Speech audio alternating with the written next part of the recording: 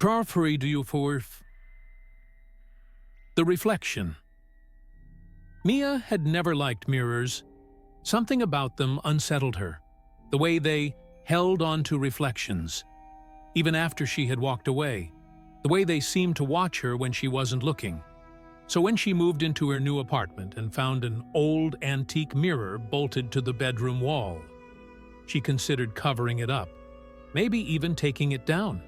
But something stopped her. It was beautiful, in a haunting sort of way. The glass was flawless, too clean for something so old. The frame was black iron, twisted into delicate, intricate patterns. And when she looked into it, her reflection was almost too perfect. The first night, she woke up, cold. The covers had slipped off, but it was more than that. The air itself felt wrong. She turned over, facing the mirror. Her reflection was standing up. Mia's breath caught in her throat. She was still in bed, frozen in place, but the version of herself in the mirror was standing beside it, staring back. And then, as she watched, it tilted its head and smiled. The wrong kind of smile. Too wide, too sharp. Mia squeezed her eyes shut. It's a dream. It has to be a dream.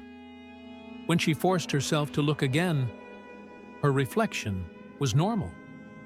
Shaking, she turned away from the mirror, pressing her back against the wall, and didn't sleep the rest of the night.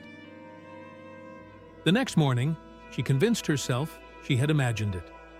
Sleep paralysis, maybe. Stress.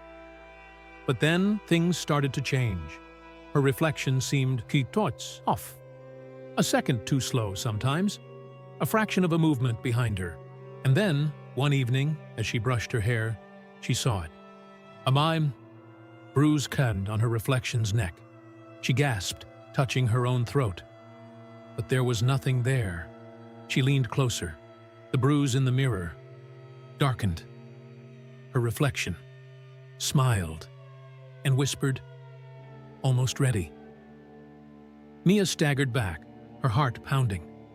The room behind her in the mirror had dimmed, the edges of the reflection flickering, like a TV signal struggling to stay clear.